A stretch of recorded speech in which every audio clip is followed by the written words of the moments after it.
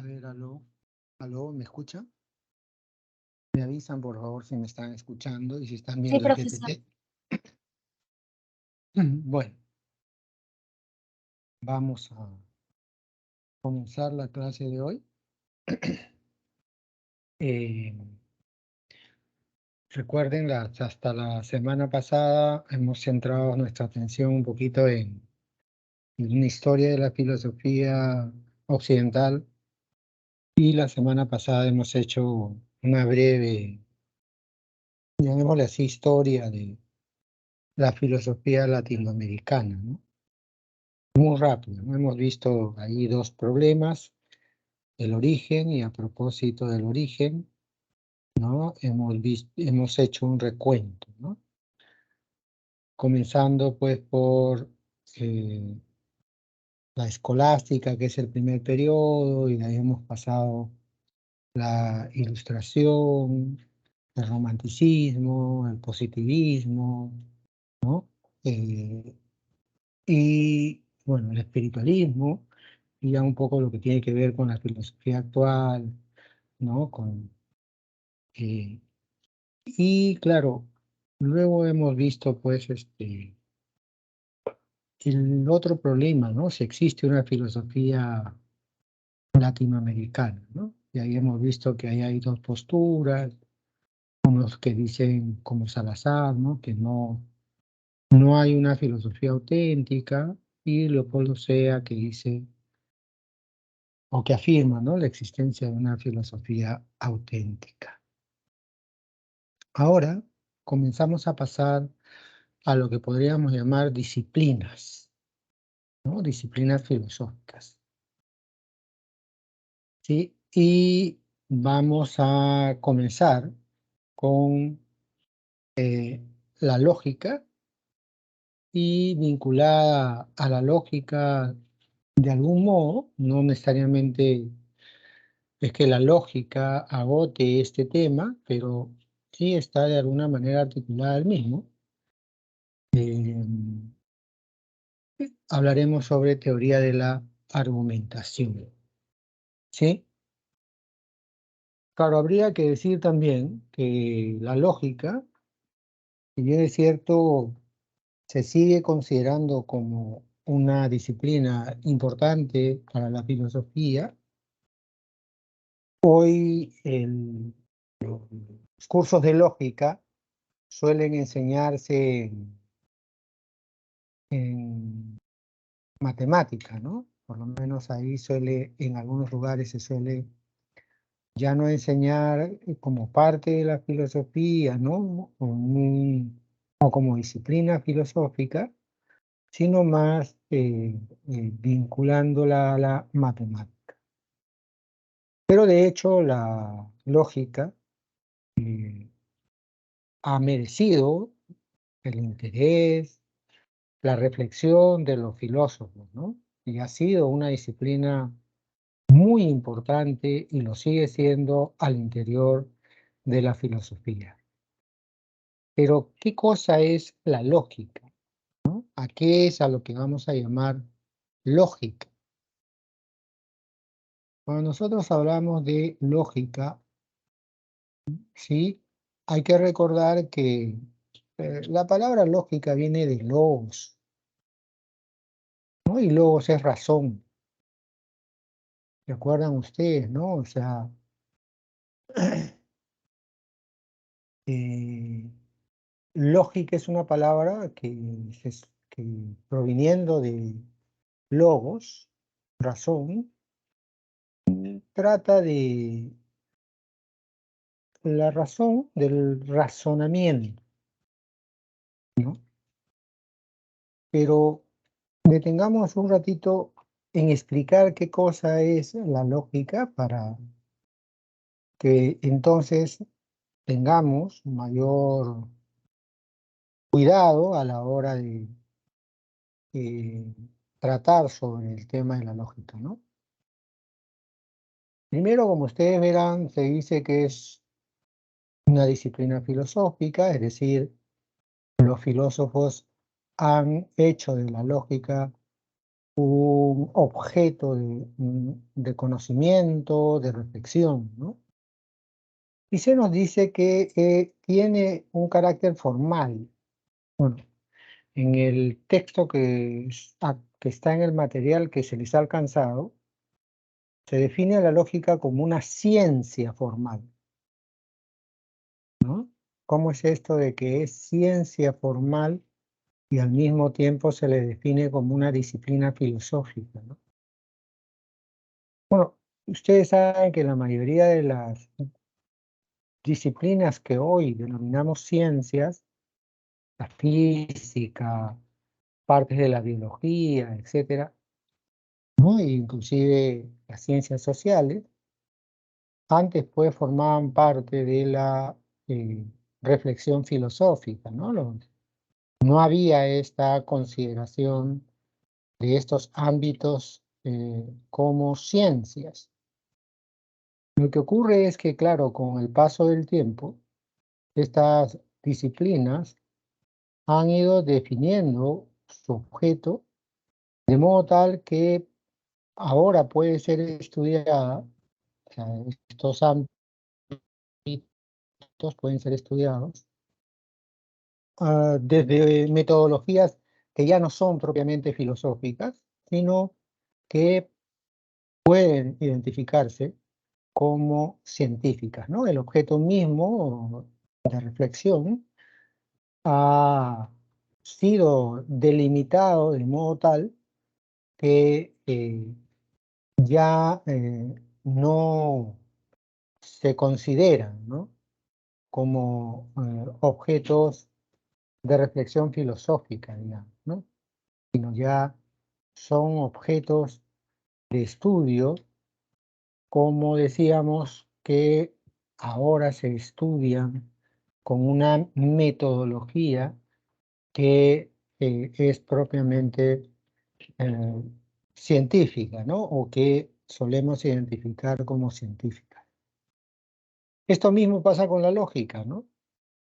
La lógica cada vez ha ido, digamos, circunscribiendo su objeto de estudio. Es más, ahora cuando se habla de lógica, se suele hablar de lógica matemática, o tiene más ese carácter, ¿no? Y en tanto tal ya, digamos, escapa a las consideraciones de tipo filosófica, por lo menos del tipo de filosofía que se ha hecho tradicionalmente, ¿no? Y claro, la lógica ha ido delimitando su objeto de estudio y, como decíamos, ha ido haciéndolo de modo que hoy los métodos para investigar y para desarrollar conocimientos sobre este objeto de estudio eh, ya no son propiamente los que definiríamos como filosóficos, sino ya eh, métodos más cercanos a los de la ciencia, ¿no? Ahora bien, tiene un carácter formal, se dice, es una ciencia formal. Cosa quiere decir que es una ciencia formal. Deben saber que el conocimiento científico está fragmentado, es decir, hablamos de la ciencia en términos genéricos, pero en términos ya mucho más precisos, hablamos de la matemática, de la lógica, de la física, de la química, de la biología, de la antropología, ¿no? Sociología, etcétera, etcétera, ¿no? De todo un conjunto de ámbitos que eh, se diferencian y en los que el objeto de estudio eh, es diferente en cuanto a que se estudia un aspecto de la realidad, ¿no? Y claro, frente a todas estas disciplinas científicas, y, y ya hemos dicho, física, química, biología, matemática, etcétera, etcétera, se suele clasificar las ciencias, ¿no? O sea, se suelen agruparlas. Y claro, uno de los, digamos, de los criterios para agrupar las ciencias es si el objeto de estudio es un hecho o si el objeto de estudio es una estructura, una forma. Claro, a las ciencias que tienen como objeto de estudio, ¿no?, hechos, se le conoce como fácticas, pero a las ciencias que lo que hacen es estudiar estructuras, ¿no?, se le conoce pues como formal, ¿sí? Y claro, hay entonces ciencias que estudian hechos y ciencias que estudian estructuras o formas, ¿sí? La matemática, por ejemplo, también es una ciencia formal, porque no estudia hechos, ¿no? En este caso estamos frente a una ciencia que estudia formas o estructuras.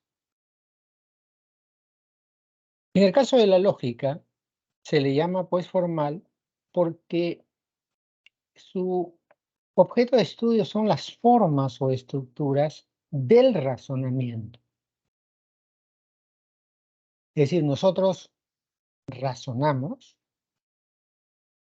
¿no? Construimos razonamientos y lo que va a hacer la lógica es estudiar esa estructura, ¿sí? Esa estructura, la estructura del razonamiento, no el contenido del razonamiento, sino la estructura del razonamiento. Por ejemplo, en ciencias, en física, se construyen razonamientos, ¿no? Y esos razonamientos tienen un contenido, pero tienen una forma. En la física, ¿sí?, el físico va a tratar de dar cuenta de la verdad del contenido del razonamiento. Y el lógico lo que va a hacer es ver si la estructura del razonamiento es correcta. En otras palabras, si el razonamiento es válido. Vuelvo a insistir, o sea, la física, ¿sí?, construye razonamiento. Los físicos construyen razonamientos, nos presentan razonamientos. Y lo que va a tratar de hacer un físico es demostrar que el contenido de ese razonamiento es verdadero, ¿sí?, que las proposiciones que forman parte de ese razonamiento son verdaderos, ¿sí? El físico no necesariamente se preocupa porque la estructura del razonamiento sea válida, pero sí se preocupa porque el contenido del razonamiento sea verdadero. En cambio, el lógico, el papel que jugará el lógico ha de ser, pues, respecto a establecer si el razonamiento o argumento es válido, es decir, si la estructura que tiene el razonamiento es una estructura que eh, permite asegurar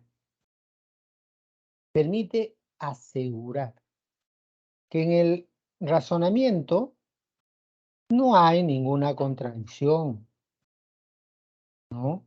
Que el razonamiento está garantizado de que la estructura es válida, por su estructura es válido, es decir, siendo un razonamiento una estructura en la que lo que tenemos son premisas y conclusión, el razonamiento se puede considerar como válido en tanto que la conclusión del razonamiento se deduce de las premisas, ¿no?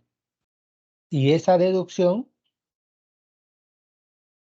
está garantizada a merced a la evaluación que hace el lógico de que ese razonamiento está siguiendo estas exigencias que debe ser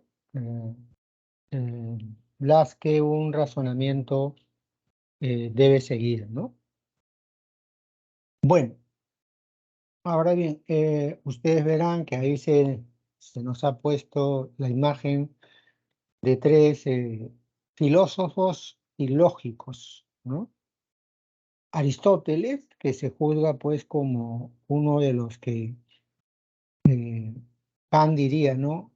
Hace que la lógica entre por el camino seguro de la ciencia, digamos.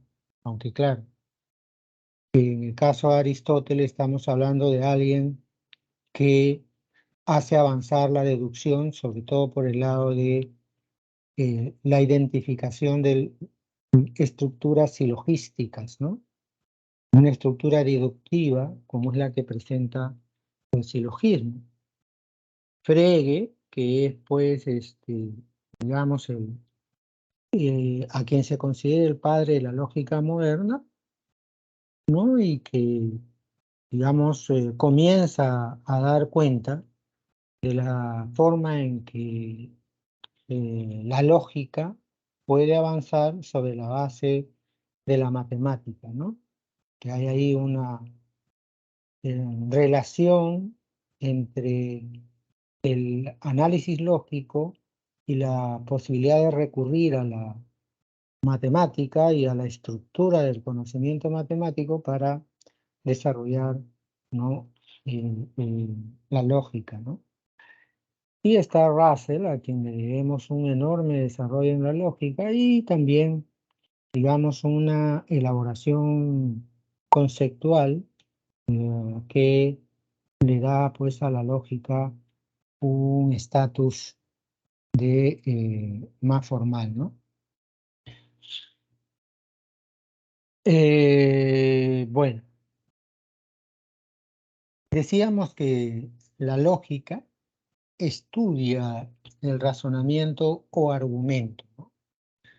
Es una estructura conformada por proposiciones, las cuales pueden ser, ¿no?, las premisas o la conclusión del razonamiento. Bueno, ahí está, ¿no?, un poco lo que podríamos resumir como el objeto de estudio de la lógica, ¿no?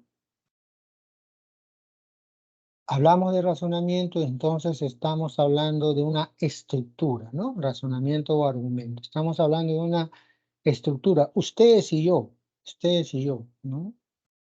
Solemos construir razonamientos, ¿no? Y sabemos que construimos razonamiento cuando nos detenemos en él y comenzamos a revisar la forma que tiene. Es decir, cuando comenzamos a darnos cuenta que en realidad nuestro razonamiento tiene una estructura, ¿no? Que nosotros eh, logramos darle forma a las proposiciones que usamos, ¿no? Y le damos una forma por la cual se puede identificar dentro de nuestro razonamiento un conjunto de proposiciones, pero que parecen tener una disposición, ¿no? Es decir, vemos que algunas proposiciones pueden ser consideradas como premisas, ¿no? Es decir, como un conjunto de afirmaciones no azarosas, sino que tienen un propósito, ¿no? El de poder derivarse de ella la conclusión del razonamiento. Digamos, ¿no? Cuando ustedes quieren convencer a alguien de hacer algo, ustedes lo que van a buscar es argumentar, es decir, construir un conjunto de proposiciones, presentar un conjunto de proposiciones, ¿no? De afirmaciones, ¿no? De enunciados, que permitan concluir en aquello que usted espera que el otro acepte como válido, ¿no? Y por lo tanto, eh, si eso que usted está proponiendo como conclusión supone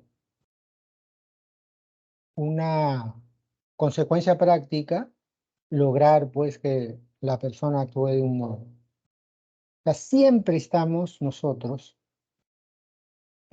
o habitualmente estamos no solamente afirmando, presentando enunciados, sino estamos presentándolos porque esperamos que de ahí se derive una conclusión, ¿no? Es decir, se derive un enunciado, una afirmación que en tanto está articulada las proposiciones iniciales, puedan ser consideradas como válidas, ¿no? Derivadas de las proposiciones.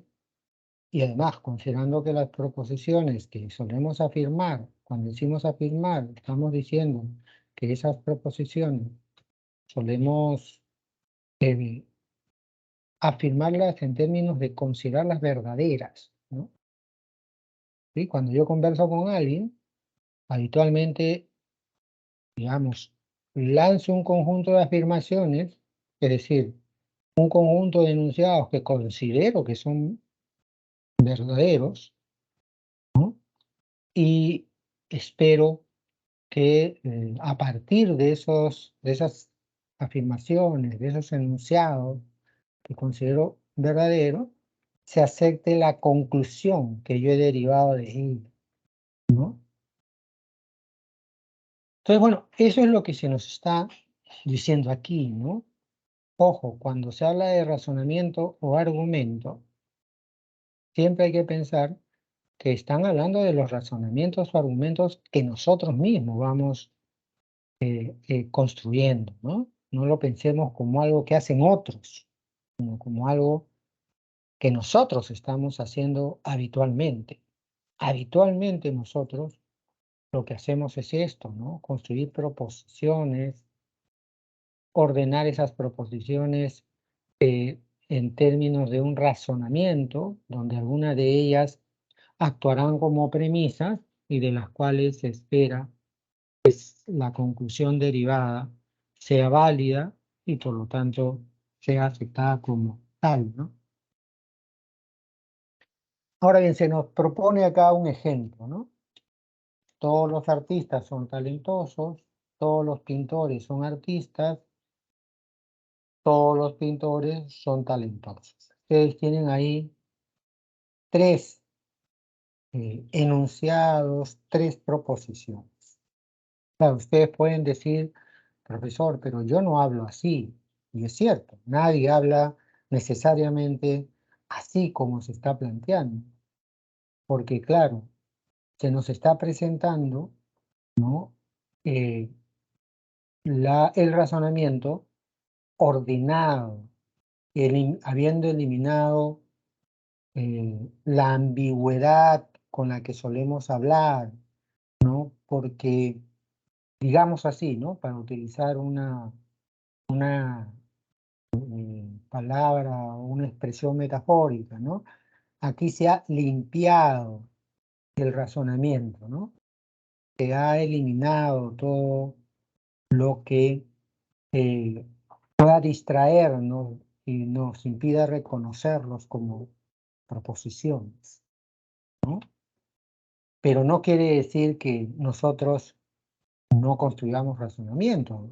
Construimos razonamiento. Lo que pasa es que, claro, nosotros no estamos preocupados por si lo que estamos diciendo no tiene pues ambigüedad o la forma en que lo hemos construido o que hemos presentado nuestro razonamiento es pues claro, ¿no? No estamos preocupados necesariamente por eso, ¿no? Por eso el ejemplo, ¿no? Bueno, pero aquí tenemos tres proposiciones. Tres proposiciones. O sea, todos los artistas son talentosos, todos los pintores son artistas, todos los pintores son talentosos, ¿no? Y estas tres proposiciones, dos de ellas son premisas, es decir, enunciados, ¿sí? Que, digamos, pueden ser comprendidos como afirmaciones, es decir, enunciados verdaderos, ¿no? Y de ella se quiere derivar una conclusión, es decir, se quiere derivar una proposición que además juzgamos que en la medida en que la derivación se ha realizado de manera correcta, esperamos que quien reciba, ¿no?, este razonamiento, quien evalúe este razonamiento, quien escuche este razonamiento, aceptará la conclusión, ¿no?, como válida, ¿no? Bueno, justamente ya en términos formales, podemos reconocer en ese razonamiento que hay dos premisas y la conclusión, ¿no? Dos premisas y la conclusión. Hemos dicho, en caso de la conclusión, ¿no?, se afirma como conclusión, se considera una conclusión porque ella se deriva de las premisas. En otras palabras, deducimos la conclusión y la deducción realizada esperamos que sea aceptada como válida, ¿no? Es decir, si yo acepto las dos premisas como verdaderas, debería aceptar la conclusión como verdadera. Y hemos dicho que en el caso de la lógica no estudia el contenido, estudia la forma. Y alguien me dice, pero a ver, tú dices que todos los artistas son talentosos. Yo puedo pensar y decir, no me parece que eso sea verdadero. Yo diré que determinar si es verdadero o no es verdadero esto no le corresponde a la lógica, ¿no? Que todos los pintores son artistas. Determinar si esto es verdadero o no es verdadero, o sea, si el contenido es verdadero, eso no es propio del estudio de la lógica. Si alguien me dice, hay artistas que no son talentosos, yo tendré que ponerme a evaluar en términos ya no lógicos, sino en términos de si efectivamente esto se puede corroborar, ¿no? Si este enunciado está dando cuenta de un hecho efectivo o no. Eso ya no es problema de lógica, ¿no? Si este enunciado corresponde o no a la realidad y por lo tanto, si es verdadero, decimos que es verdadero cuando asumimos que corresponde o no cuando no vemos que no corresponde. Es decir, por ejemplo, veo yo a un artista y veo que se le considera artista pero no es talentoso, pues bueno, entonces diré que es falsa esta proposición, ¿no? Pero eso ya no es algo que tenga que ver con la lógica. La lógica solo me dirá si la conclusión ha sido obtenida de la, digamos, de las premisas válidamente.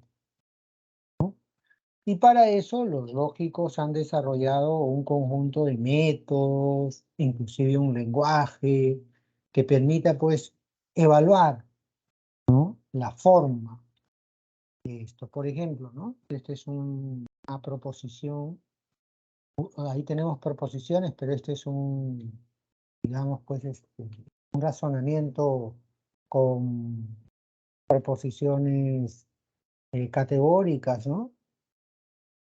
Y hay reglas que los lógicos han descubierto que tiene esto, ¿no? O sea, por ejemplo, yo no puedo de dos premisas universales afirmativas concluir una universal negativa, o no se puede concluir otra proposición de ese tipo, ¿no?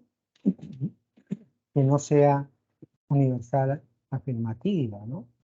Entonces, hay cosas que yo, de las que me puedo servir a partir de los conocimientos que han ido alcanzando los lógicos a partir del análisis de los razonamientos y de estructura y de su estructura formal, que me pueden ayudar a evaluar mejor un razonamiento. Ahora bien, acá se hace una distinción, ¿no?, que es la que indirectamente hemos venido haciendo, pero que ahora lo haremos de una manera más eh, sistemática, ¿no? Una cosa es la verdad y otra cosa es la validez. La verdad, digamos, podríamos decir o resumirlo de este modo, ¿no? La verdad se predica de los contenidos de una afirmación o de una proposición, ¿no? La verdad es una noción semántica que se refiere a una propiedad que presenta las proposiciones o enunciados. Es decir, la verdad tiene que ver con eh, el contenido de una proposición y con aquello que en el contenido de ella pretende dar cuenta de, ¿no?, la realidad de los hechos, ¿no? Por ejemplo, la Universidad Nacional Mayor de San Marcos es la más antigua del Perú. Ustedes saben que, además, con todo lo que ha pasado en estas semanas, ¿no?, desde que San Marcos fue eh, intervenida por la policía, ¿no? Bueno, ustedes saben que se ha venido hablando de San Marcos, ¿no? Y que esto ha tenido una repercusión inclusive internacional.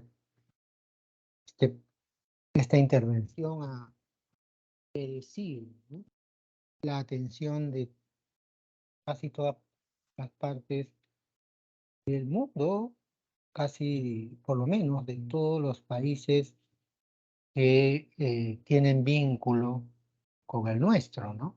Porque claro, ¿qué cosa es San Marcos al final de cuentas, no?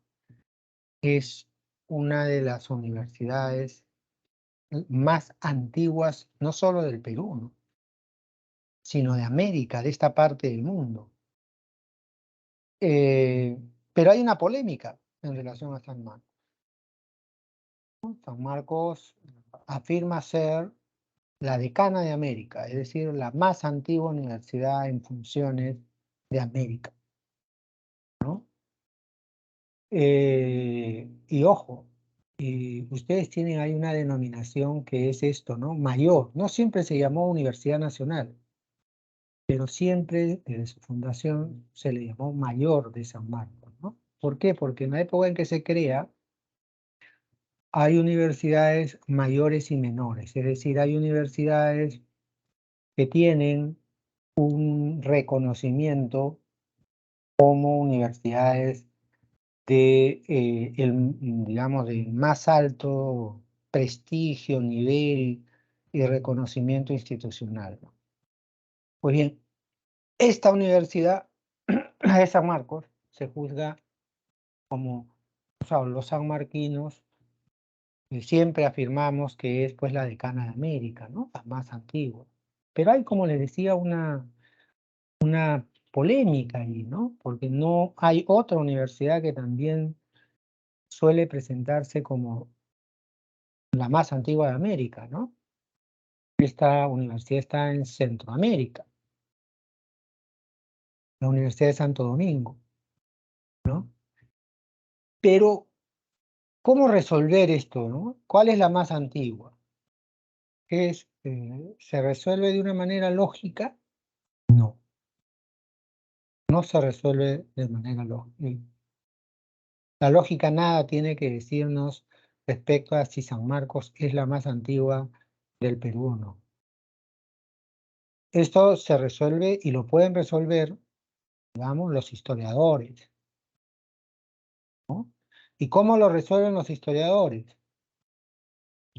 Hurgando, hurgando, ¿no? ¿Qué es lo que se ha hecho? O sea, usted busca las cédulas de creación, ¿no? Aquellos documentos en los que usted, a ver, por favor, alguien está abierto su micro, por favor.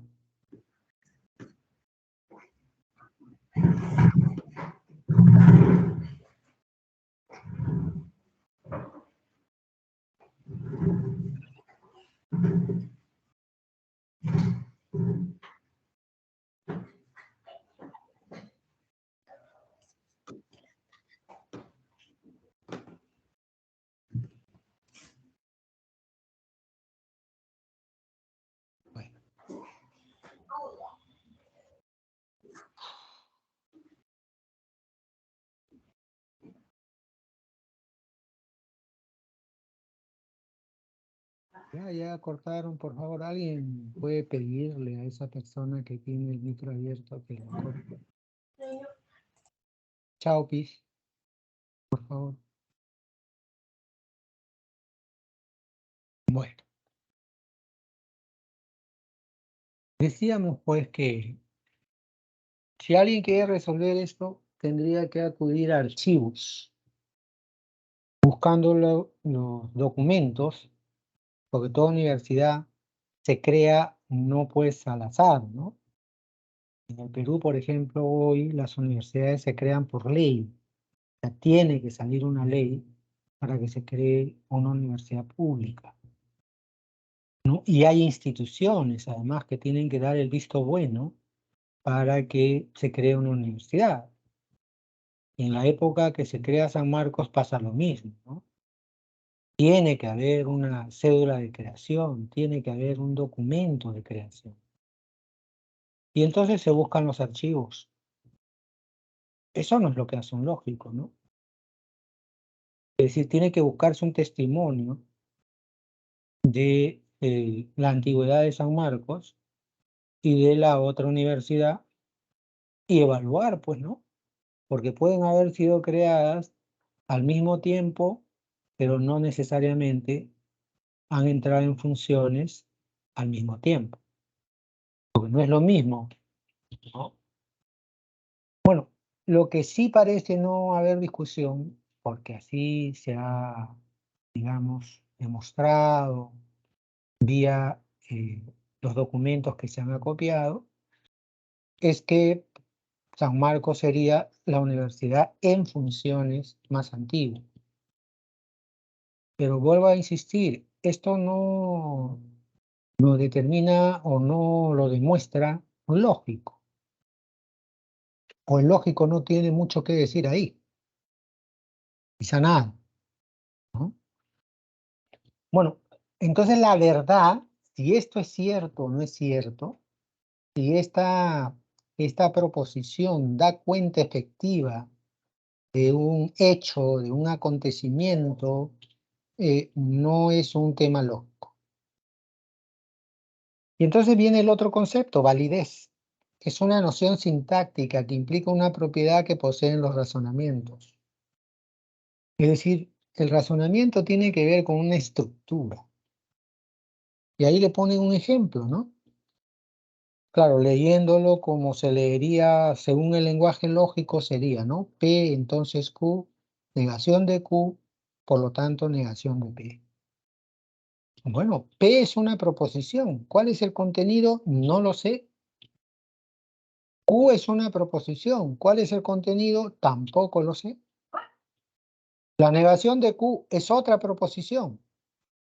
Es la proposición Q, pero negada. ¿Qué contenido tiene eso? No lo sé. La conclusión es la negación de P. ¿Qué contenido tiene? No lo sé, porque el contenido no interesa. ¿Qué interesa entonces? La estructura.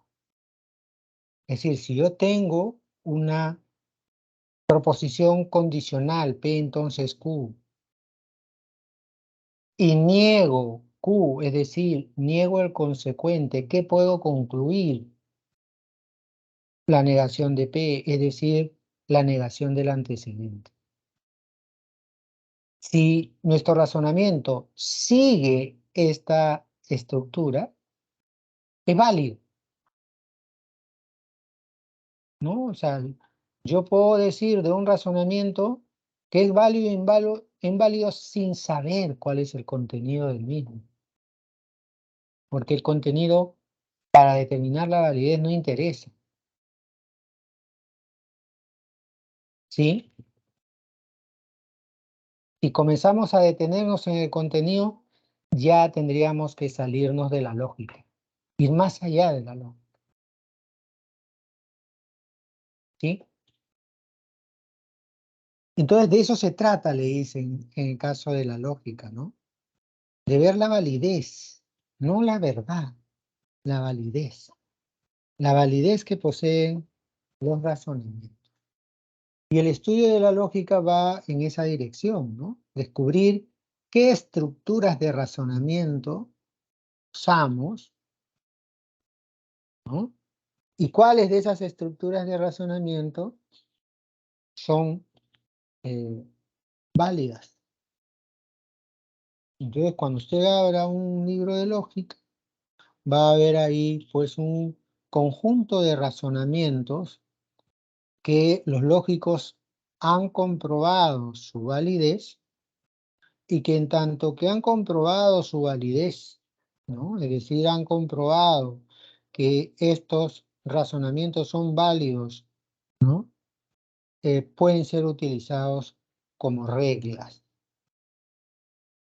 Es decir, puede usted utilizar esa estructura para evaluar su razonamiento, el razonamiento de otros, ¿no? Y ver si cumplen con esa estructura, suponiendo que ese razonamiento se juzgue o tenga pretensiones de validez, ¿no? Y con ello demostrar lógicamente si es válido o no. Ojo, no si es verdadero o es falso, sino si es válido o no es válido. ¿Sí? Hablando de razonamientos, ¿no? Como les decía, yo me imagino que esto ustedes en matemáticas, ¿no? Ahí deben haber o van a desarrollar algo sobre lógica. Nosotros solamente vamos a dar cuenta de falacias, ¿no? De falacias. Y no de todas las falacias, sino de las llamadas falacias no formales. ¿Qué es una falacia?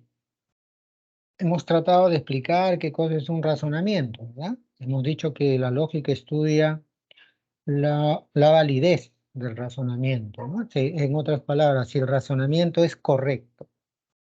Ahora bien, evaluando si los razonamientos son correctos, la lógica ha ido descubriendo que hay, digamos, cierto tipo de razonamientos que son incorrectos, pero que suelen usarse, y ha tratado de reconocer cuáles son esos razonamientos, qué características tienen esos razonamientos, por qué son incorrectos, ¿no? O cómo podemos reconocerlos como incorrectos, ¿no? Y han ido los filósofos y lógicos, han ido dando cuenta de estos razonamientos, ¿no? De estos descubrimientos que han ido haciendo, ¿no?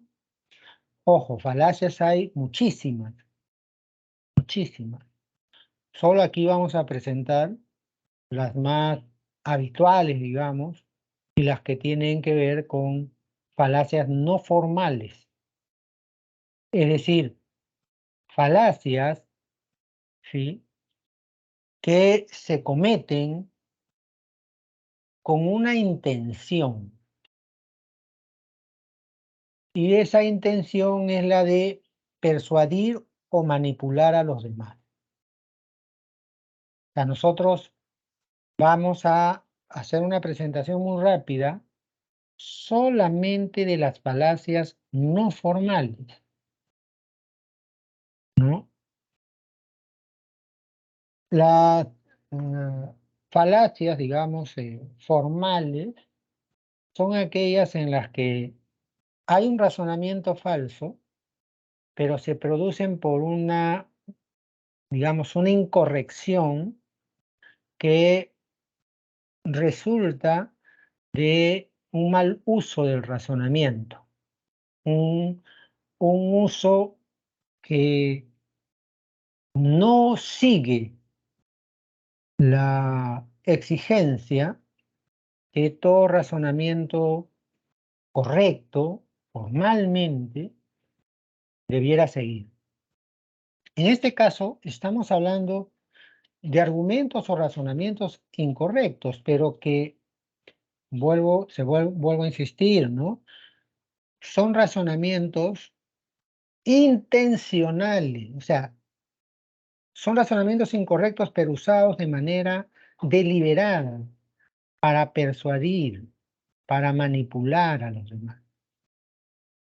¿Sí?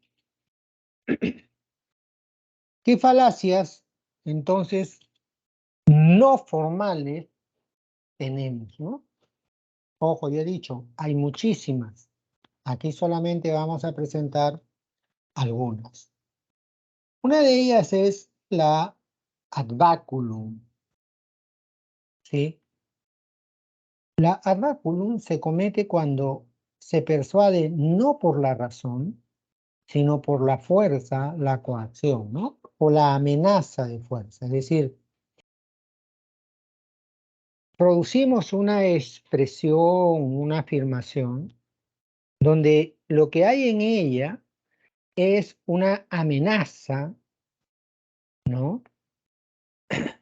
A partir de la cual lo que se pretende es que aceptemos, ¿no?, algo que sin esa amenaza no, probablemente no la aceptaría, ¿no? Porque no es correcto. Dice, ¿no? Si no pagas tus impuestos, entonces te embargarán el sueldo y las propiedades. O sea, ahí se está apelando a la fuerza, ¿no? Si no pagas tus impuestos.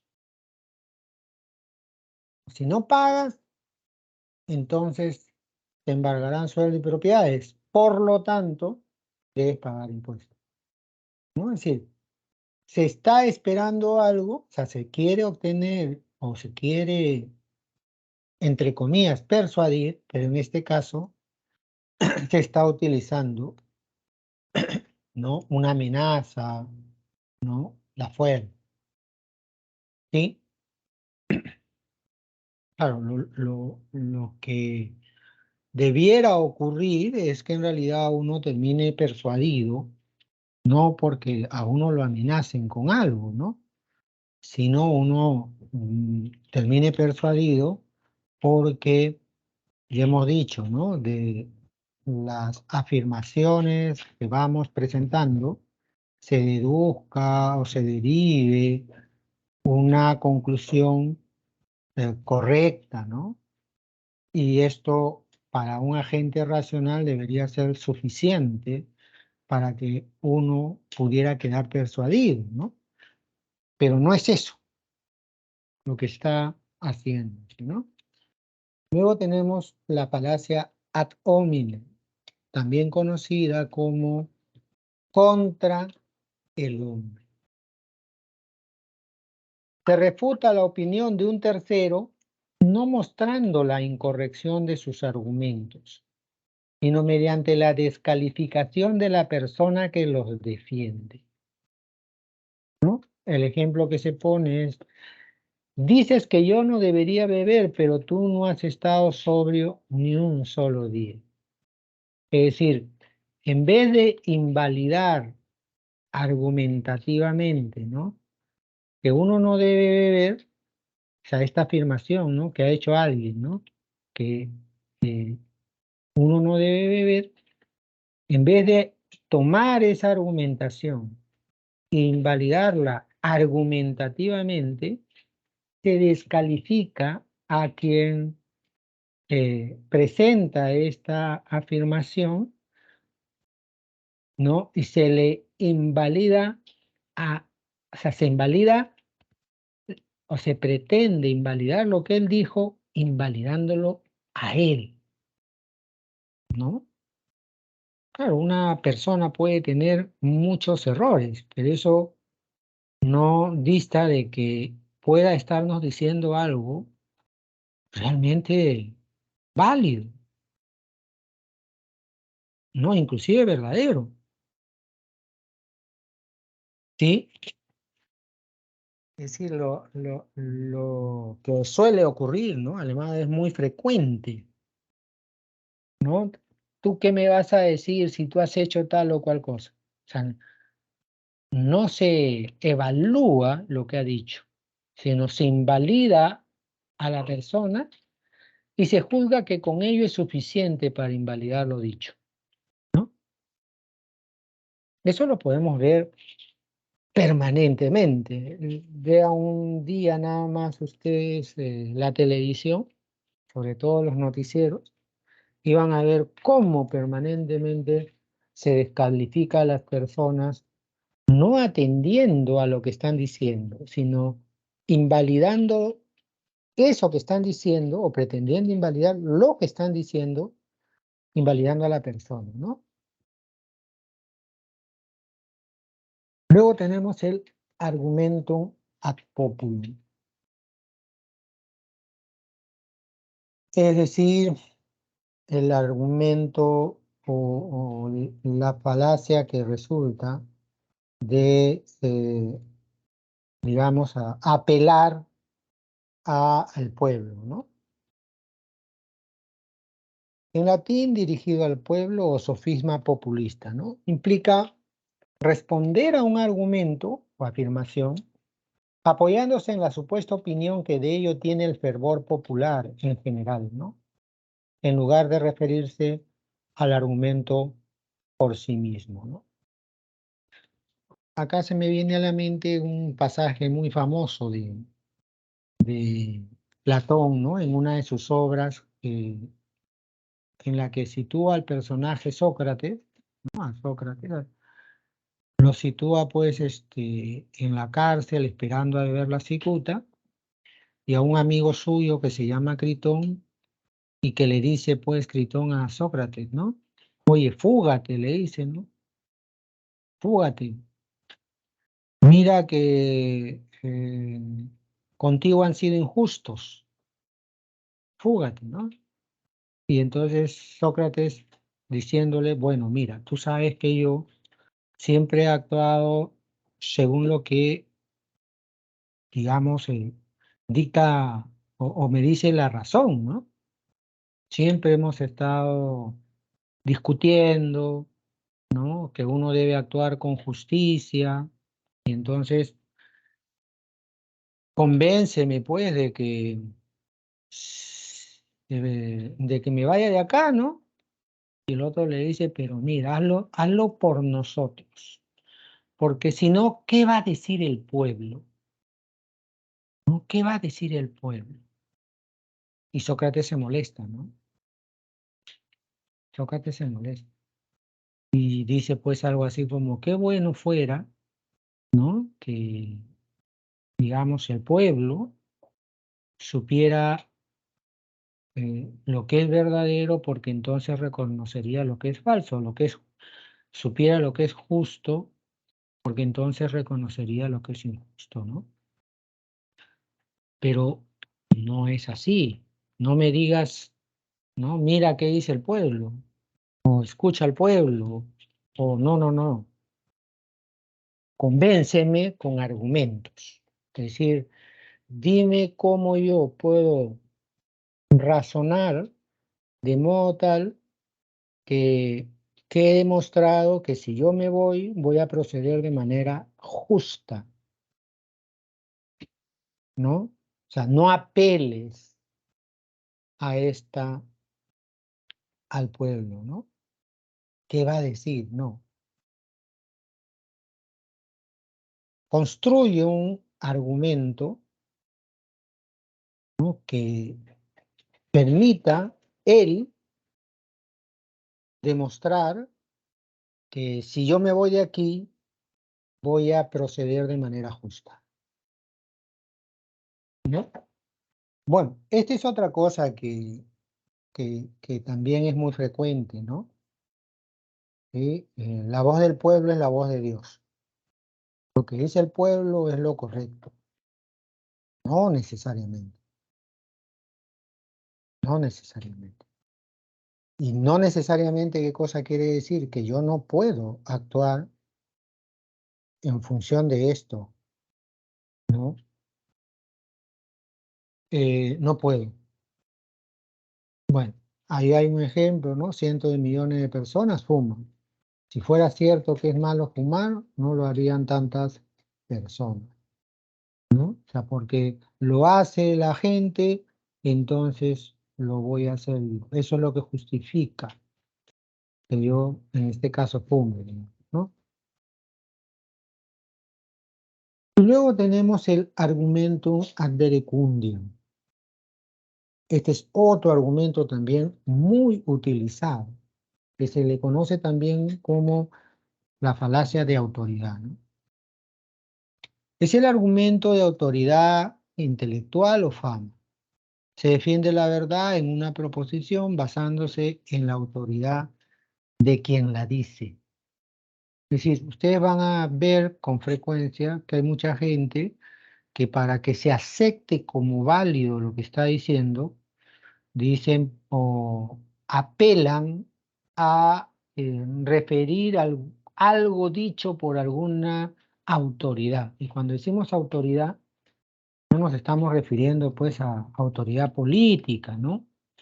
Nos estamos refiriendo a alguien cuya autoridad intelectual, ¿no?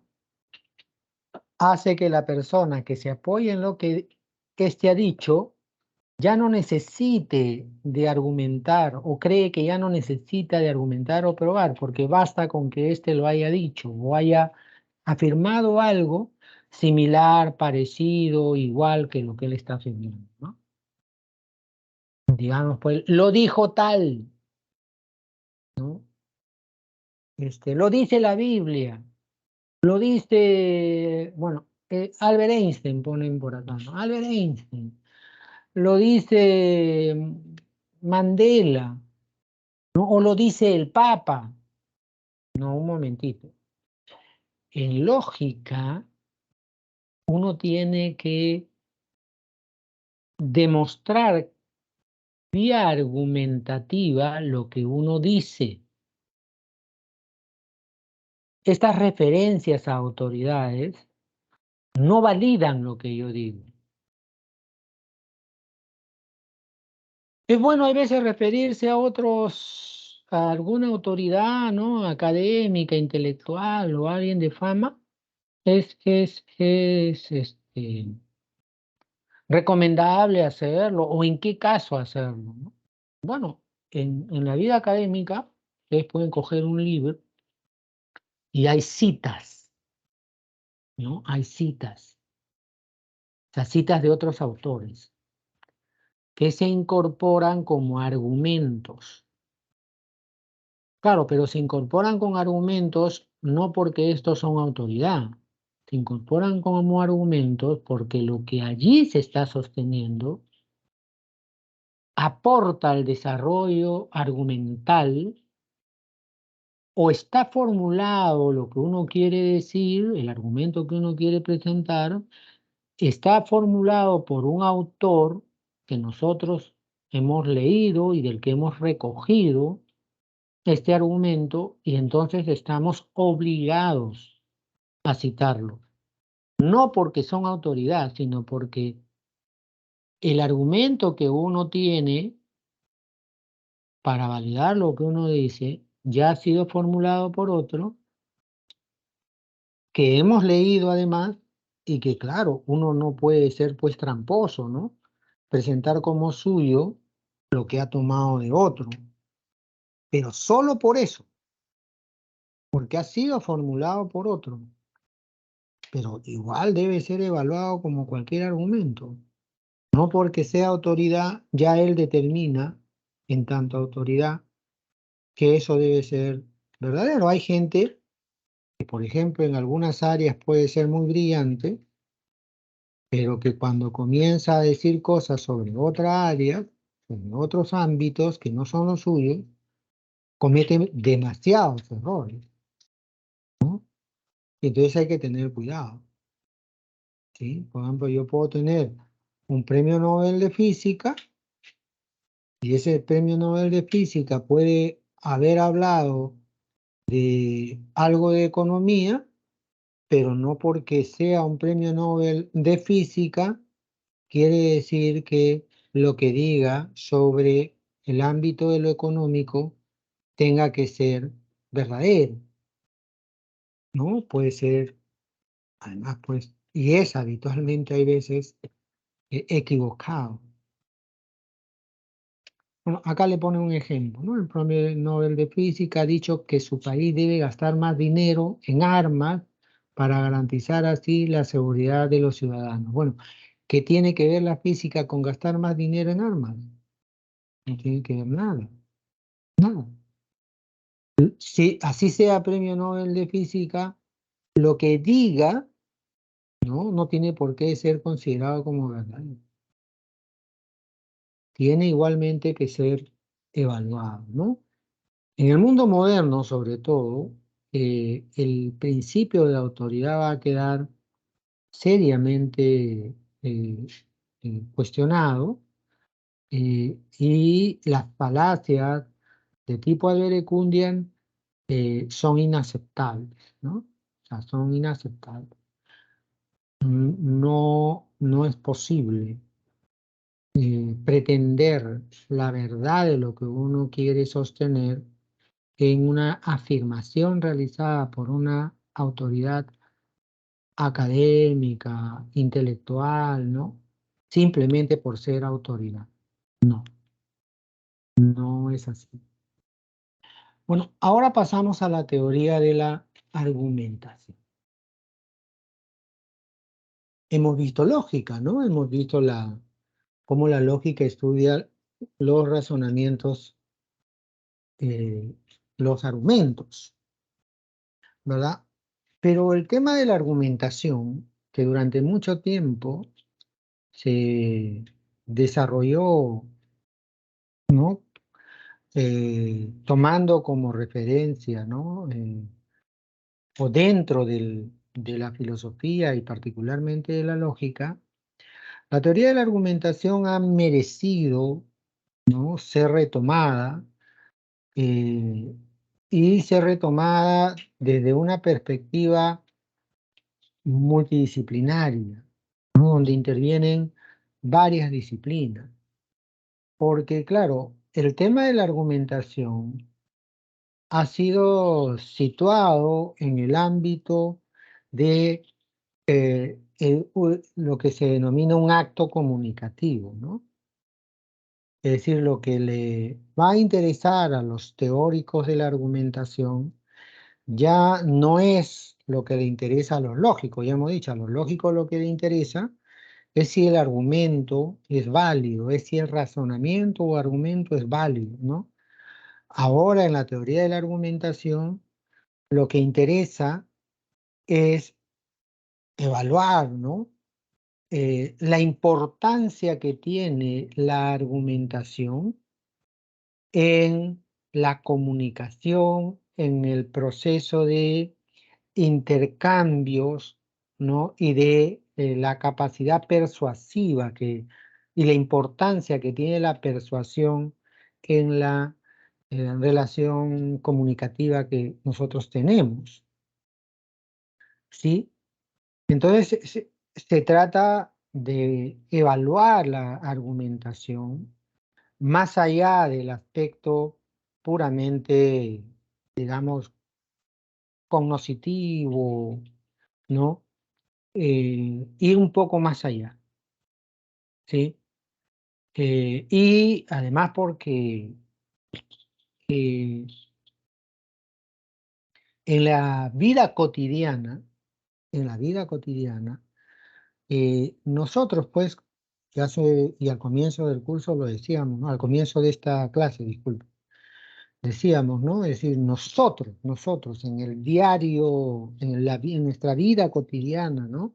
En la manera en que nos desenvolvemos diariamente, eh, buscamos persuadir, ¿no? Buscamos hacer que otras personas, sí, acepten, ¿no? Cierto tipo de eh, afirmaciones, ¿no? Que además estamos interesados en que acepten, ¿no? Piensen ustedes cuando ustedes quieren convencer a sus padres de que los dejen jugar, ¿no? Uno de estos juegos virtuales, digamos, ¿no? Que los dejen jugar y que no le estén prohibiendo, ¿no?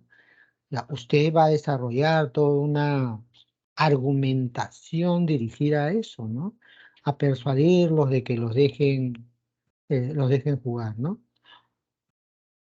O, pues, ahora que están ustedes pensando en la universidad, seguro que sus padres, por la experiencia hecha por ellos, querrán que ustedes estudien determinadas cosas, ¿no? Y no otras, porque juzgan que hay carreras que son, por lo menos en términos económicos, más rentables que otras, ¿no? Y entonces queriendo asegurarse de que ustedes pues tengan un futuro mejor, seguro que los van a tratar de convencer de que sigan una carrera y de repente no otra, ¿no? Y para eso utilizarán argumentos llanos, que ya no tienen o no, su importancia no radica en qué tan válidos son, ¿no? Sino en la capacidad persuasiva que, que tengan ellos, ¿no? Y donde es esa capacidad persuasiva, ¿no? Y aquello que hace posible que sea persuasivo, la que comienza a interesar, ¿no? La lógica formal ya no entra a esos detalles y por eso eh, se requiere de un estudio diferente, ¿no? Entonces, cuando hablamos de la teoría de la argumentación, particularmente del concepto de argumentación, podemos definirlo así, ¿no? La argumentación es un acto comunicativo complejo e interactivo que apunta a resolver una diferencia de opinión con un interlocutor, ¿no? Claro, eh, esta problemática, este tema, va a merecer pues mucha atención, y para aquellos que están interesados en las teorías, en desarrollar teorías de la argumentación, ¿no?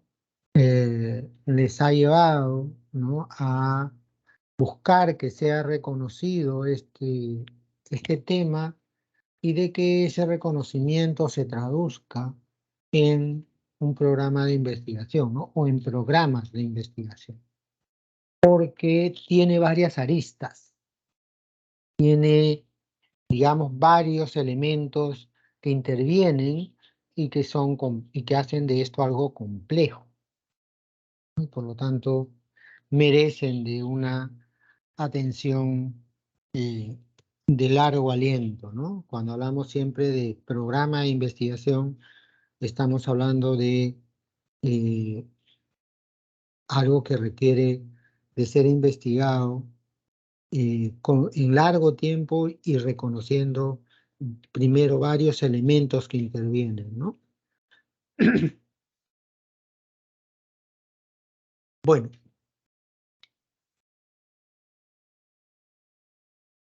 como breve historia, lo que tenemos es esto que vemos acá, ¿no? Dos personajes que son destacables en relación al desarrollo de la teoría de la argumentación, ¿no? Charles Perelman, ¿no?, estudió la argumentación con un enfoque retórico, y Stephen Everson Toulmin, que analizó la argumentación de la perspectiva de la filosofía. ¿Sí? Bueno, sigamos. Tipos de argumentos. En términos formales, nuevamente regresamos al tema de lo formal. Ya esto lo hemos visto, ¿no? Formal, es decir, en términos de la estructura que tiene el argumento, lo que tenemos son argumentos deductivo y argumento inductivo. Argumento deductivo. Aquí la verdad de las premisas se transfiere a la conclusión con carácter de necesidad. Es decir, no es posible que las premisas sean verdaderas y la conclusión sea falsa. ¿Sí?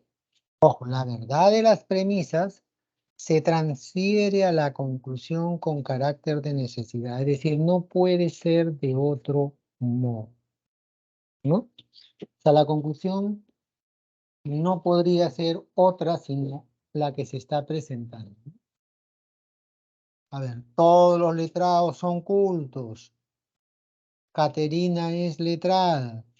¿Qué podemos concluir? Caterina es culta, ¿no?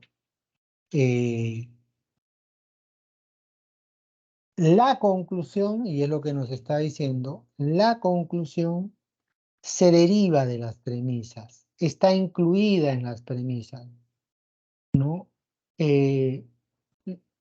Podemos encontrar la conclusión en las premisas, ¿sí? Todos los letrados son cultos.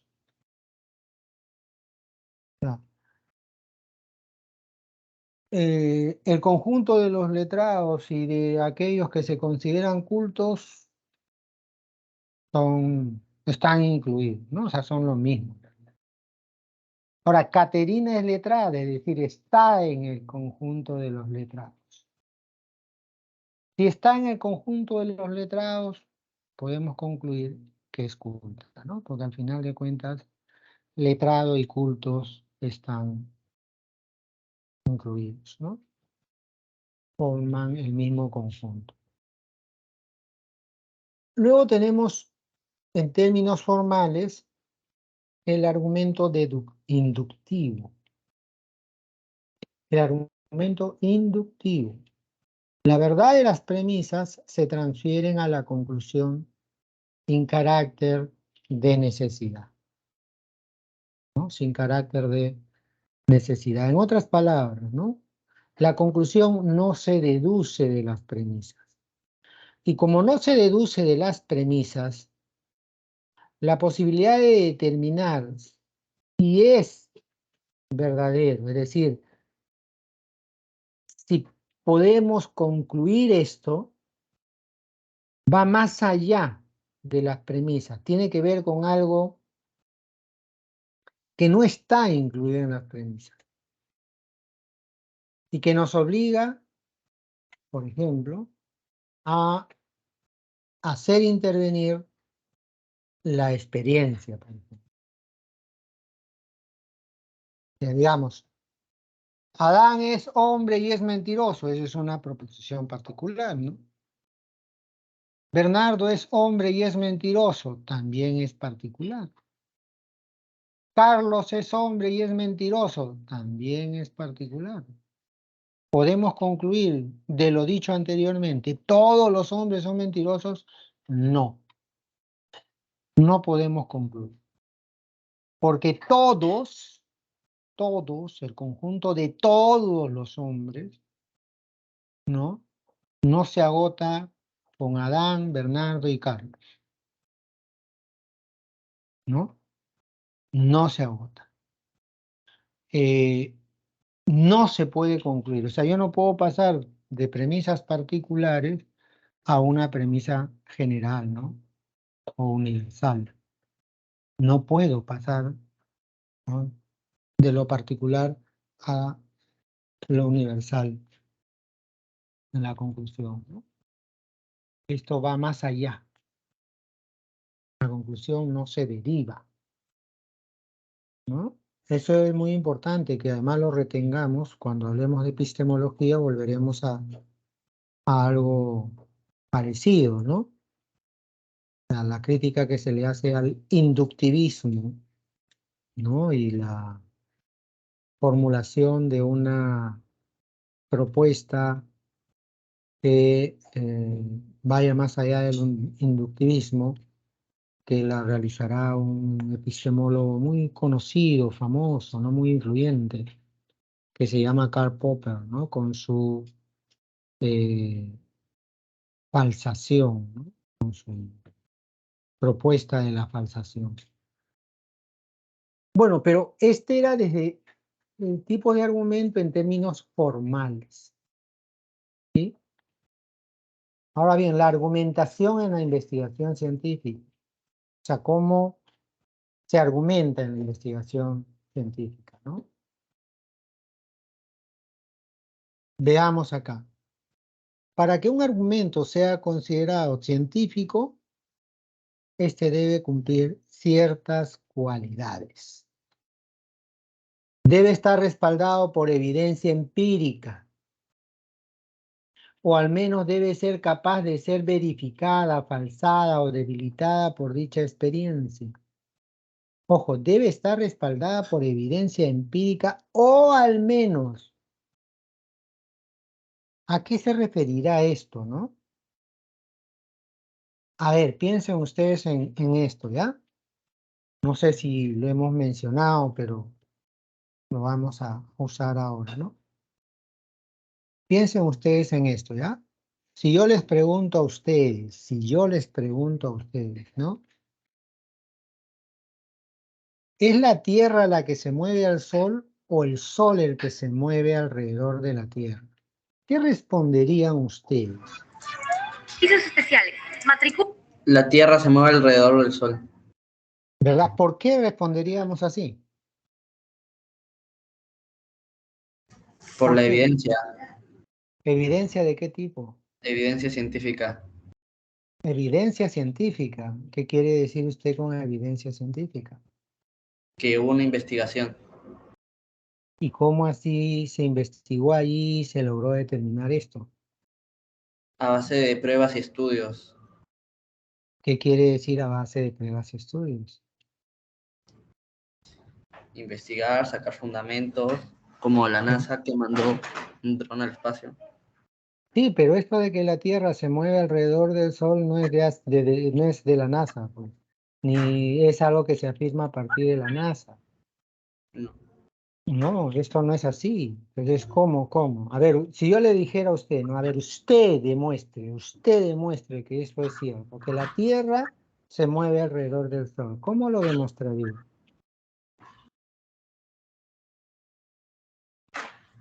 Al ver las posiciones que el Sol da transcurso todo el día.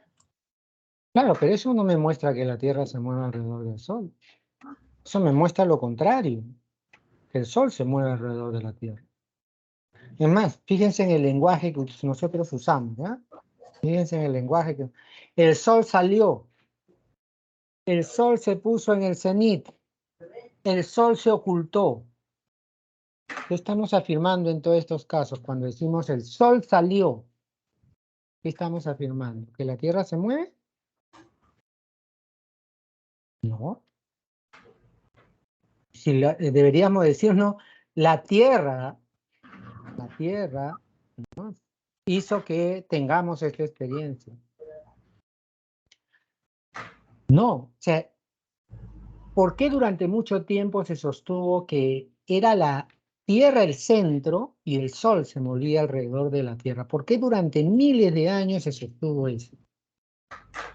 Por una razón sencilla. Es lo que vemos. Es lo que vemos. O sea, si usted se deja guiar por lo que ve, tendría que decir eso. El Sol se mueve. ¿Usted ve moverse a la Tierra? No. En la noche, en un día que hay estrellas, claro está, ¿no? ¿Qué es lo que se mueve, la Tierra o las estrellas? ¿Qué es? Parecen las estrellas, ¿no? Parecen las estrellas. Y dentro de esas estrellas están los planetas. Usted no lo ve como planeta, sino lo ve como puntito luminoso, como cualquier otra estrella.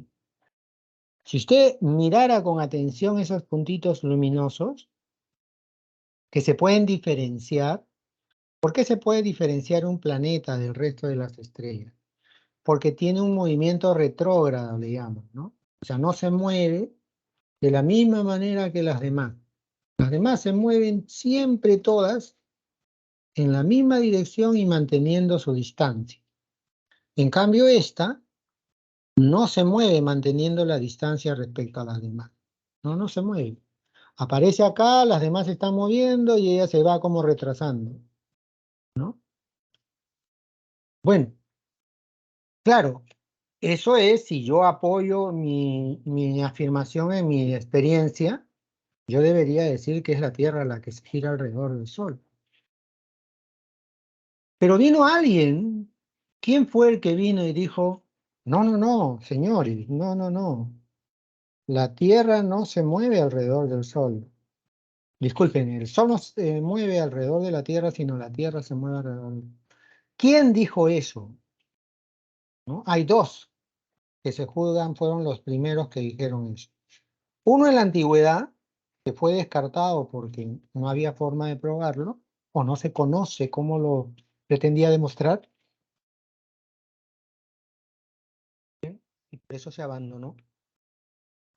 Y el otro es recién, hace unos 5 o 6 siglos, nada más. Y ese es Copérnico. Copérnico. ¿Qué dijo Copérnico? Copérnico dijo, no, el Sol está en el centro y la Tierra se mueve alrededor. ¿Pero lo demostró? No, dijo. Lo dijo. ¿Se aceptó en ese momento que él tenía razón? No, no se aceptó. Es más, él dice esto estando ya a punto de morir. Porque este dato de que estando a punto de morir, él lo dijo, es relevante. Pues podría no ser relevante, ¿no? Porque claro, él mismo sostiene que él publica estas ideas hacia el momento de su muerte, porque en realidad, si lo hacía antes, probablemente lo mataban. Porque esto no era aceptable. No solamente porque iba contra lo que decía la Iglesia Católica, ¿no? Porque parece ir contra nuestra propia experiencia. Entonces, claro, ¿qué tuvo que pasar? Como un siglo para que sea aceptado. ¿Por qué tuvo que pasar como un siglo? Porque vendrá después de él gente como Galileo, gente como Kepler, gente como Newton. ¿Y qué van a hacer estos personajes, no? Demostrar que lo que está diciendo Copérnico parece ser que así se comporta la realidad. ¿Cómo así? Ya no, pues mirando al cielo a ver cómo no. Ahora tomo esta idea de Copérnico, tomo esta idea de que el Sol está en el centro y la Tierra se mueve alrededor, deduzco de ella, si esto es cierto, o sea, digamos, cuando digo deduzco, ¿no? Estoy diciendo así, si esto es cierto, debería yo poder tener tales y tales experiencias. ¿Ya? Y entonces comienzo a buscar esas experiencias. Eso es lo que hace Galileo con el telescopio, ¿no? Él inventa un telescopio muy potente y comienza a mirar en los cielos para ver si lo que se deduce de lo que dice Copérnico, si algo de lo que se deduce de lo que éste ha propuesto, puede encontrarse a través del telescopio alguna experiencia que lo pueda corroborar. Y comienza a descubrir cosas. Recién comienza a descubrir cosas que poco a poco van diciéndonos que nos estamos engañando. Lo que vemos no es lo que es. Suena raro, ¿verdad? Lo que vemos no es la realidad. Que la realidad parece ser de otro modo a lo que simplemente vemos. ¿Se entiende mejor o no? ¿Sí? Y ya viene después Kepler. Kepler no fue un astrónomo práctico, digamos. No es que él tenía su telescopio, tenía sus instrumentos de medida y calculaba, no, no, no. Él era un matemático y un astrónomo teórico. Y él toma unos datos que había ido recopilando un famoso astrónomo de la época que se llama Tycho Brahe. Toma esos datos que Tycho Brahe había sacado, había ido recopilando de sus observaciones, cómo se mueven las estrellas, cómo se mueven los planetas. Toma la hipótesis de Copérnico, esos datos los ubica siguiendo la hipótesis de Copérnico y se da cuenta de que no calzan con exactitud. No calzan. Que acá estaba ocurriendo algo. Esos datos nos dicen que la Tierra no es el centro, pero no confirman que el Sol lo sea. Que ahí hay algo raro que todavía no se puede resolver. Y hay que recordar, ¿no? Kepler había estado probando, ¿no? En el modelo que construye con la ayuda de las ideas de Copérnico, había estado probando, pero lo había estado haciendo en un modelo que tiene como figura central el círculo. Es decir, los planetas deberían moverse en círculo. Y de repente, de años y años de estar investigando, él que era matemático, se da cuenta de una cosa, que la solución podría estar no en el movimiento circular, sino en el movimiento elíptico.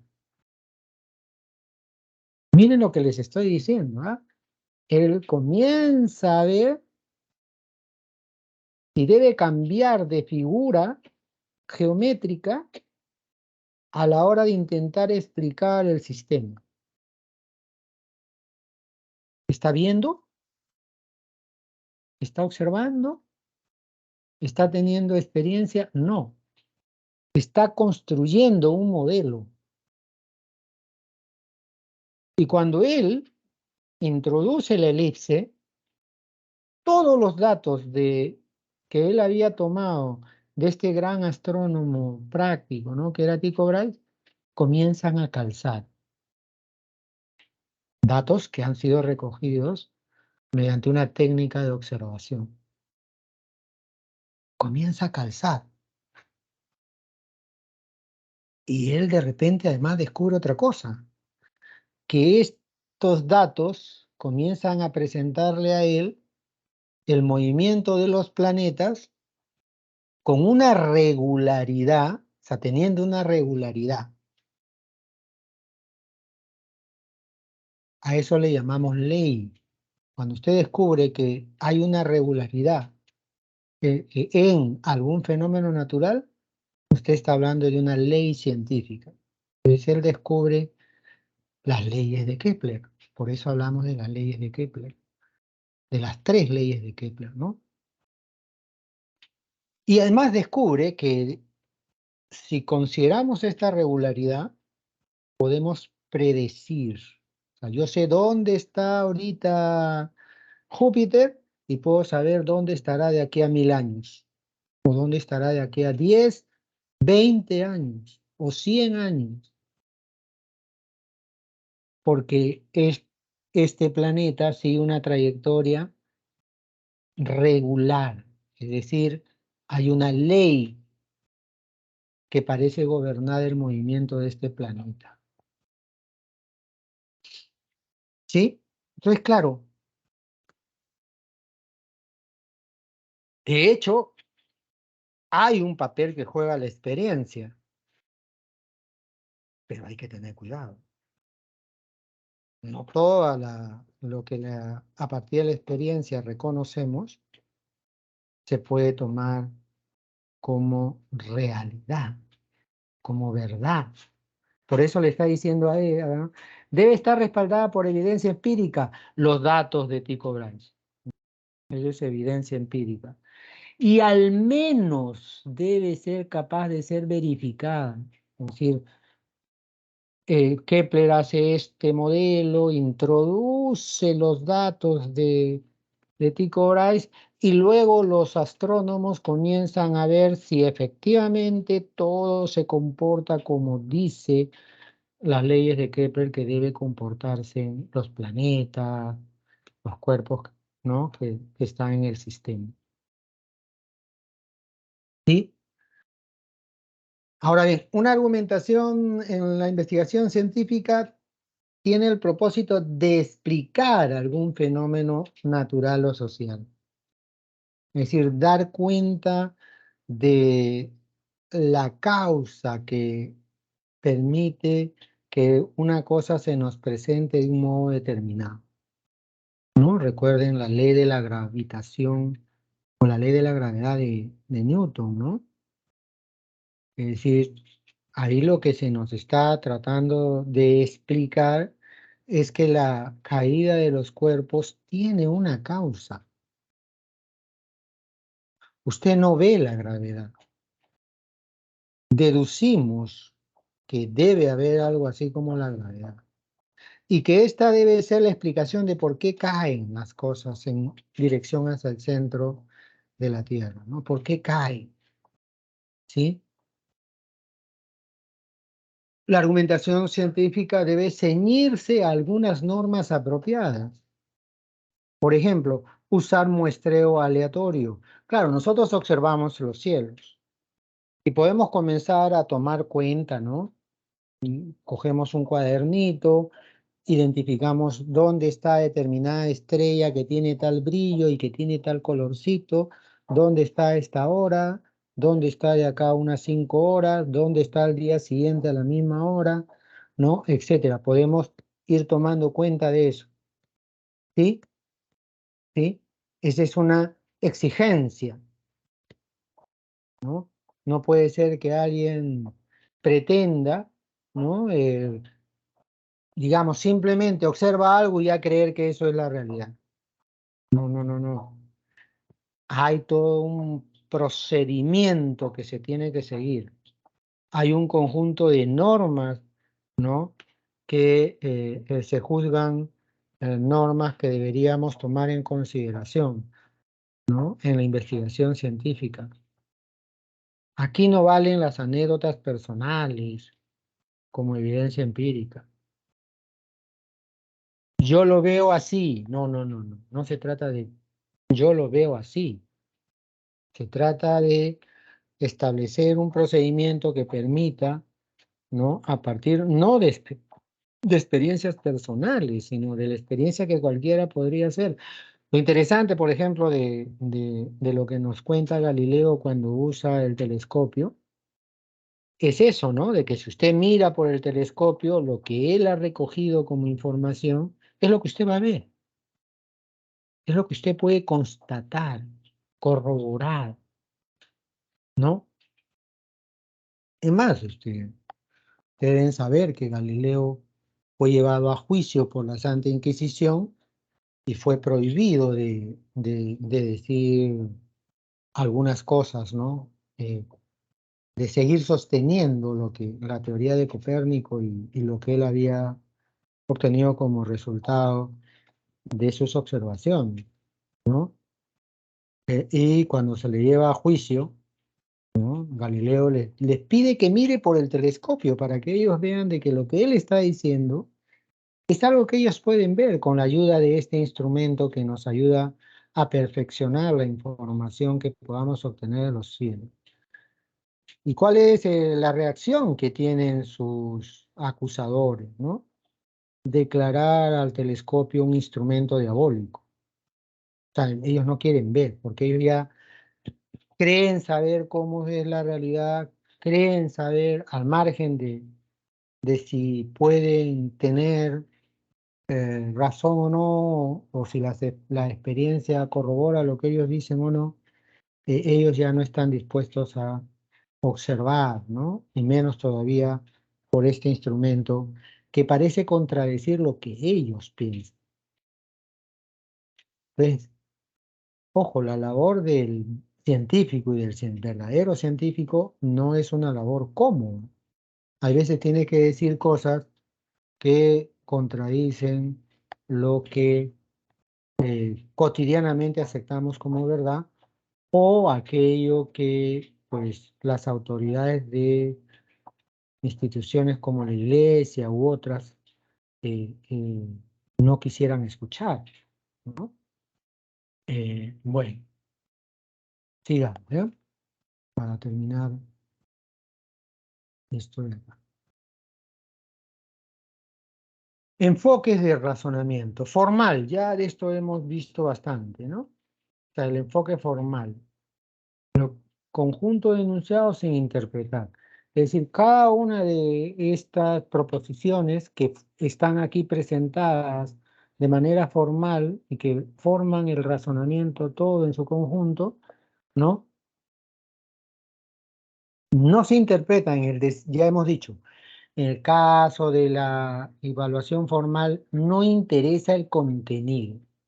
Por ejemplo, ¿no? Ustedes tienen ahí P, entonces Q. P es una proposición, Q es una proposición. R, entonces S. Son proposiciones ligadas por un condicional. Negación de Q o negación de S. Igual es una proposición, en este caso por un operador disyuntivo. Negación de P o negación de R como conclusión. Igual, ¿no? Es una proposición disyuntiva, formada por proposiciones simples, ¿no? Que están unidas por este conectivo disyuntivo. ¿Sé cuál es el contenido? No. Ya hemos dicho que cuando hablamos de formal, en el caso de los argumentos de razonamiento, el contenido no importa, ¿no? Acá no interpretamos, no nos interesa el contenido. Porque en el enfoque formal del razonamiento lo que interesa es la estructura. Enfoque material es aquello que hace a los enunciados verdaderos o correctos, es decir, su contenido. Ya, aquí sí interesa el contenido. ¿Cuál es el contenido? Aquí tiene, ¿no? Toda persona tiene derecho a la libertad de conciencia y de religión en forma individual o asociada. No hay persecución por razones de idea o creencia.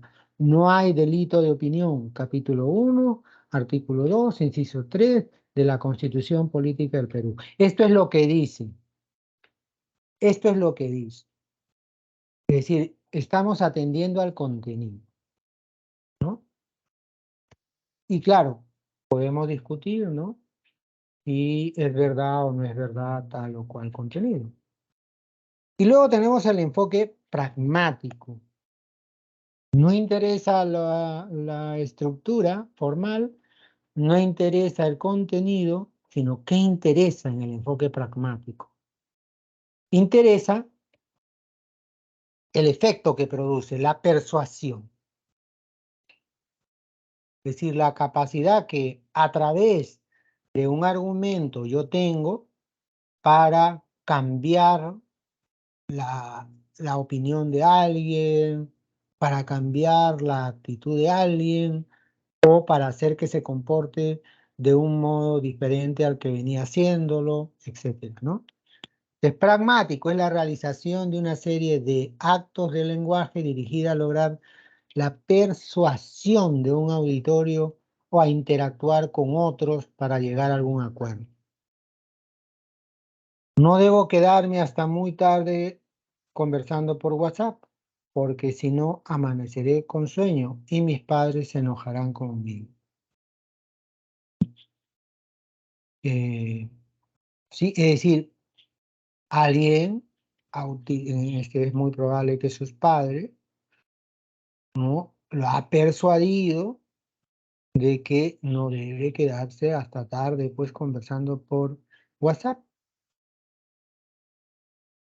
Sí, porque si no, al día siguiente no se podrá desenvolver como lo haría si hubiese descansado, ¿no? Si hubiese hecho que su cuerpo, digamos, se ordene, se equilibre o logre un equilibrio, ¿no? En el curso del día, por las exigencias que le planteamos al cuerpo, nuestro cuerpo está tenso, ¿no? Si yo duermo bien, esa tensión que tenía mi cuerpo y que forma parte del desgaste del mismo, disminuye, ¿no? Y eso hace que yo al día siguiente me levante mejor, ¿no? Si uno le dice a una persona eso y logra que la persona se persuada, quiere decir que uno ha conseguido que la persona acuerde en que esto es lo que debería hacer y esté actuando de este modo, ¿no? Bueno, ahí tienen las claves de la lectura y de los ejercicios. Ya saben, hagan una captura de pantalla, traten de resolver por su cuenta, luego contrasten,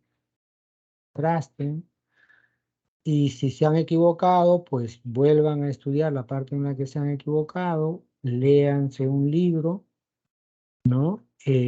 O vuelvan a escuchar la clase que hemos dado ahora, o vuelvan a leer el material con más atención, ¿no? Bueno, tienen todas esas posibilidades, ¿no? Gracias y a ver si hay alguna pregunta, ¿no?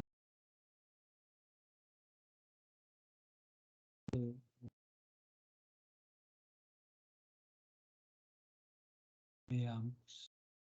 ¿Alguna pregunta? ¿Algo? Gracias, profesor. Sí. Bueno, si no hay pregunta alguna, si todo está claro, nos vemos la próxima semana. ¿Sí?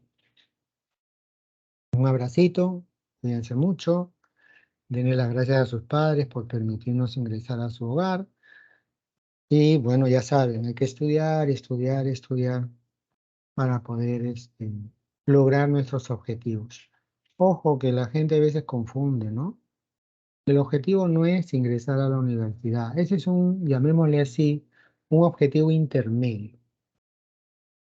El objetivo vuestro, por lo que entiendo, dado su presencia acá, es querer hacer estudios universitarios, es decir, formarse como un profesional, ¿no? Y desarrollar una actividad profesional. Y su objetivo último probablemente ni siquiera sea la profesión, sino sea el a través de ella lograr ser feliz. Y la felicidad está en cada momento presente allí en nosotros, ¿no? Al lado de nosotros. Podemos ser felices con tantas cosas. Así es que miren a su alrededor y verán que hay muchas cosas por las que podemos ser felices. Un abracito, cuídense mucho. Nos vemos la próxima semana.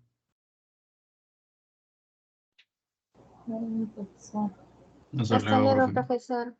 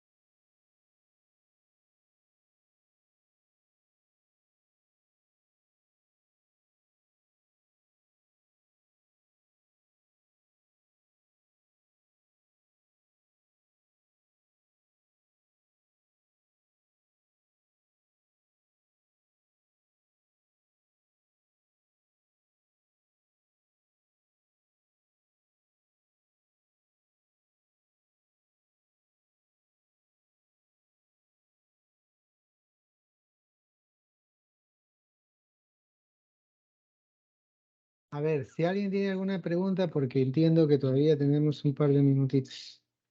Disculpen que haya salido, pensé que ya eran 11:55. ¿Alguien tiene alguna pregunta?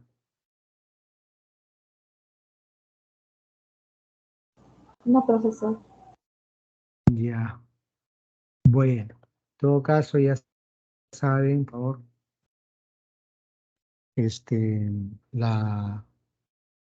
en el caso de la argumentación, solo para insistir en esto, ¿no? Va más allá de el análisis formal de los argumentos. Va más allá, porque, digamos, una de las cosas que desde los griegos, ¿no? Si ustedes miran los sofistas, por ejemplo, los sofistas eran estos filósofos a los que se consideran los primeros profesores profesionales, ¿no? Y que entre otras cosas enseñaban retórica, ¿no? Además, la retórica era una disciplina que durante mucho tiempo se ha enseñado, ¿no? Pero bueno, enseñaban retórica porque para ellos era muy importante que las personas sepan argumentar. Porque además, recuerden ustedes que por lo menos en algunas ciudades como Atenas, estas son ciudades democráticas. Y en la democracia, la argumentación es un elemento central. En la democracia no vence el más fuerte físicamente. Vence el que tiene, ni siquiera vence el que tiene los argumentos verdaderos. Vence, y vencer quiere decir ahí, hace que los demás acepten como válido. Bueno, vencen aquellos que tienen la capacidad de persuadir. Y entonces la retórica tenía que ver con eso, ¿no? Con la capacidad de persuadir. Y ojo que para persuadir, porque algunos creen que persuadir es hablar y hablar y hablar y ya está. No. Por eso no solamente enseñaban retórica, sino para enseñar retórica, primero enseñaban cultura general y enseñaban otras cosas, porque usted para persuadir necesita un gran conocimiento de muchas cosas, ¿no? Necesitan saber cómo, por ejemplo, dar cuenta de algunos temas o problemas de manera locuaz, lo cual implica un conocimiento del tema o del problema para que usted pueda hacer una presentación persuasiva del mismo. Supone una cultura general. No sé si ustedes habrán visto, pero hay mucha gente que, por ejemplo, utiliza figuras literarias en sus discursos, pero no coge cualquier parte de una obra literaria y lo pone, ¿no? No. Como conoce, sabe cuál figura literaria o cuál imagen que nos ofrece algún literato nos puede ayudar para persuadir al otro respecto a algo, a lo que alude esa imagen. Pues claro, la preocupación por la persuasión en el caso de las democracias son clave. Una comunidad en la que se esté desarrollando la democracia, que no tenga capacidad, ¿no? Que sus ciudadanos no tengan capacidad para persuadir a los demás, entonces es una sociedad que va a estar en conflicto permanente. Porque sus conciudadanos no tienen los recursos que le permitan mostrarle al otro lo que desea, quiere, de manera que pueda resultarle persuasivo, ¿no? De manera que el otro pueda sentarse y acordar con él cosas. Ese es un problema, ¿no? Y en la universidad debería ser un espacio en el que las personas adquieran esa cultura persuasiva. No necesariamente lo está haciendo. Uno puede ver en muchos profesionales mucha incapacidad al momento de tener que persuadir sobre lo que hace, ¿no? Y nadie quiere que le impongan cosas, ¿sí? Entonces hay que tener, ¿no? Esta capacidad de movilizar nuestra propia cultura para poder de ella servirnos y hacer posible que los otros puedan ser persuadidos, ¿no? Bueno, ahora sí, los dejo. Un abracito. Cuídense.